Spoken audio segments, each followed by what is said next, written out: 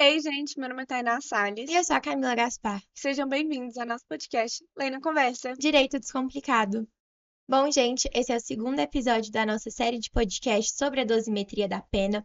No episódio anterior, a gente viu o conceito de aplicação da pena e nós abordamos profundamente a primeira fase, que é a aplicação da pena base, e agora a gente vai aprofundar sobre a segunda fase da dosimetria da pena.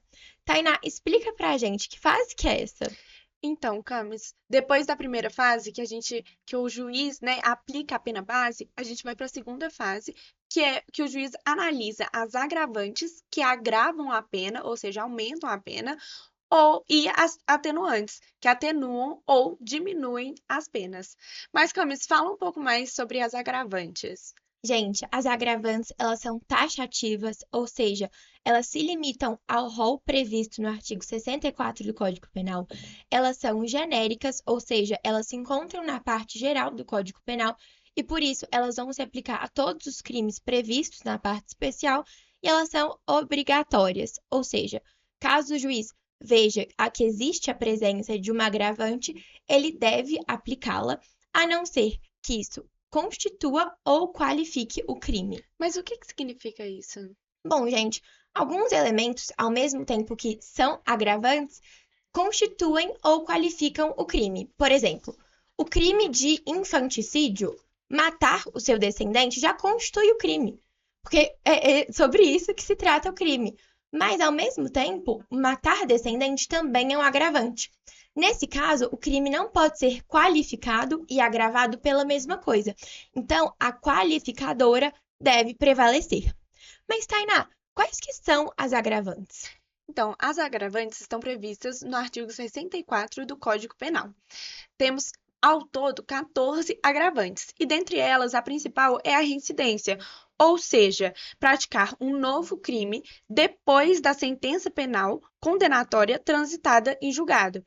A gente tem, eu vou falar dois, né, das 14 agravantes, só para a gente ter um entendimento melhor. A gente tem por motivo fútil, então você cometeu um crime por um motivo fútil, um motivo pequeno, insignificante. E a gente tem por motivo torpe, que diferentemente do fútil, a torpeza desmerece a dinheiro. Você cometeu um crime por dinheiro, você matou uma pessoa por dinheiro. Só que uma questão interessante que entra no que você falou sobre a qualificação é que motivo torpe é uma agravante, mas ela também qualifica homicídio. Então, quando a gente analisa essa qualificadora em homicídio, ela vai ser usada apenas para qualificar e não como agravante, assim como a Camis introduziu. Mas e as atenuantes, Camis? Bom, gente, assim como as agravantes, as atenuantes também são genéricas, então elas vão se aplicar a todos os crimes da parte especial, mas elas não são taxativas, né, Tainá? Não, exatamente. O artigo 66 consagra as circunstâncias atenuantes inominadas. O que que significa isso? Que tem circunstâncias que não estão previstas em lei, mas elas podem ser usadas por uma analogia. Por quê? Porque beneficia o réu. Então, a gente tem um exemplo aqui, que é a co-culpabilidade, que é quando o Estado ele é culpado junto com o sujeito. Então, quando o sujeito não teve acesso à saúde, escola, entre outras coisas que deveriam ser garantidas pelo Estado, e aí ele comete um furto para se alimentar e garantir essas coisas que deveriam ser garantidas pelo Estado, pode haver essa co-culpabilidade do Estado com o sujeito, e isso pode ser usado como uma atenuante, mesmo não estando previstas em lei. Mas, Camila, me dá um exemplo de uma atenuante. Bom, gente, as atenuantes elas estão previstas no artigo 65 e a principal delas é a idade. Então, você ter menos de 21 anos na data do crime ou mais de 70 anos na data da sentença, salvo se for um crime ali cometido contra a mulher, né? Com violência contra a mulher.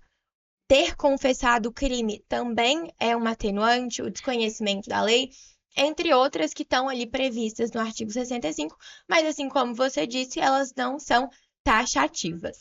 Bom, gente, então a gente encerra mais um episódio, né, dessa série. E no nosso próximo episódio a gente vai falar um pouco sobre a terceira fase da aplicação das penas. E não se esqueça de seguir o Lei na Conversa em todas as redes sociais, então Instagram, Spotify, YouTube, e lá você encontra mais conteúdos do nosso podcast. É isso, até o próximo episódio. Tchau!